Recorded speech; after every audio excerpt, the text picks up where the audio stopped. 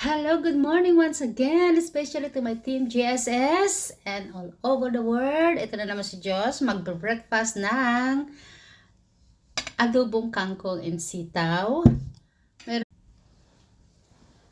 Hello, good morning once again, especially to my team GSS and all over the world. Ito na naman si Josh, magbe-breakfast ng adobong kangkong and sitaw.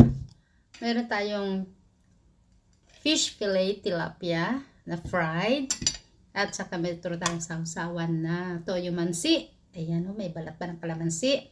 At of course, rice is life. Brown rice po ito. At saka meron tayong tubig. Ayan.